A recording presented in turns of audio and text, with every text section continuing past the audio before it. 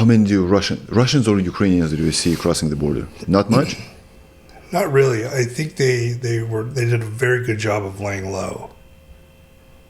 So we're actually in a Russian and a Ukrainian Telegram chat. There's a Russian lawyer here in San Diego that runs one of these chats that tells people what to do and how to legally at the time come into the United States, and then what to do when they get here, and then go to her office and pay her, of course. Well, as far as I know, so we live in an apartment complex for 2 years now. So let's say there are like 3 to 5 Russian families or Ukrainian families. So Ukrainians can claim asylum pretty easy because of the war, right? They get all the benefits and etc. So Russians, what they do claim asylum as well, political asylum.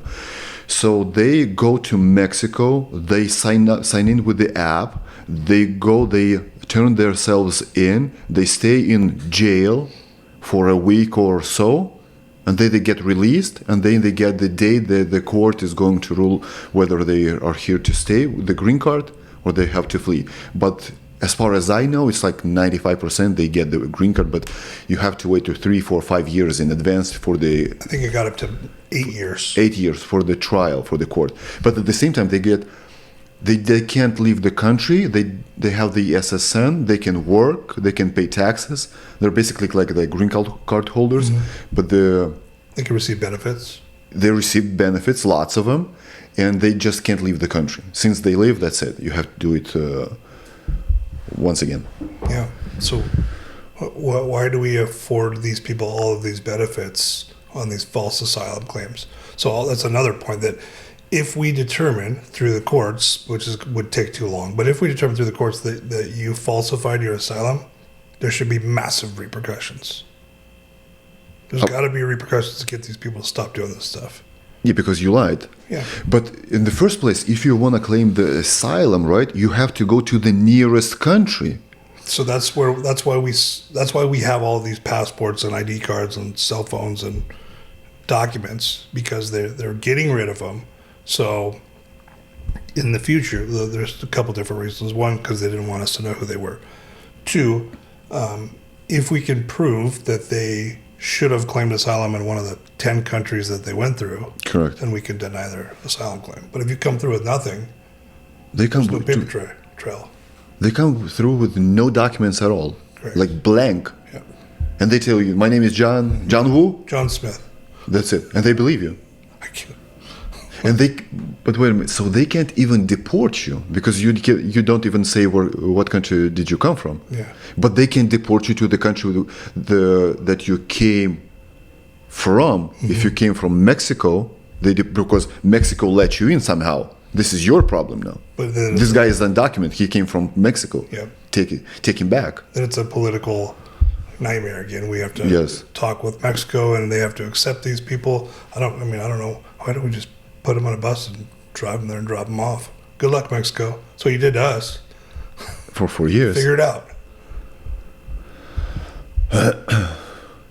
Yeah, so if you file for political asylum, for instance, or just wars and etc., you have to go to the nearest country. So there is no way you can come from Iran or China, maybe Russia, because of there is like a few miles from Russia's east to Alaska. Yeah, when the tide's low. Yeah.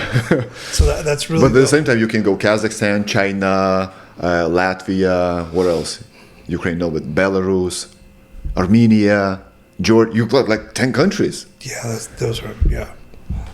so that's the problem. How can you claim asylum from these countries that are thousands of miles away?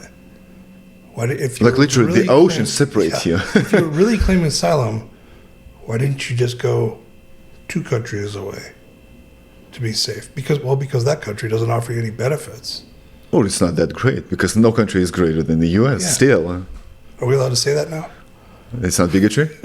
So I live in the U.S. for almost 2.5 years. This is the best country in the world. I've been to Europe. I've lived in Spain. No other place like U.S. So because of people, because of everything. So America is obviously not the perfect country, but it's the best there is. And no matter how screwed up we think it is. Correct. It's 1,000 times better than anywhere else. Correct. There are places that America is like thousands times better than And what we other see countries. going on in Europe with the illegal immigration problems there is just insane. Insane. If you implement this, if you implement UK's policies here, America is done. done. In this century, America is done. 100%. Now, if you think about it, if we let in 20 million people and they're going to Replicate. reproduce, and over the course of the next couple of generations, this is going to be a massive impact on our country. So, okay, so since I speak Russian because Lithuania is a former USSR, etc., I speak Russian. And So you're a spy. Yep. I'm a spy, right? So I know the culture of Lithuanians and Eastern Europe since we're very alike. Russians, Ukrainians, Belarus, Lithuanians, Latvians were very alike because of the history and etc. Right? So we, Eastern Europeans, we don't have a lot of kids. So 2 kids, max. You won't like out of 50 families, maybe you'll find 1 or 2 families that are Russians, Ukrainians, Lithuanians that have more than 2 kids. Our culture, we're declining. Just I want to say like you do Americans, right? Mm-hmm. So I wouldn't be worried that Eastern Europeans are going to take over the U.S. because we're getting more and more kids and etc. Who But would at you the same be time, worried about? Chinese, definitely Iranians. They have lots of kids. Who has lots of kids as well? There's these countries in Africa. Some of them I've never heard of before. Yes. And they're coming across with like a dozen children with them. Like literally. Yeah. And the more kids they have, the more benefits they get. Guinea, Mauritania, we have passports from those places.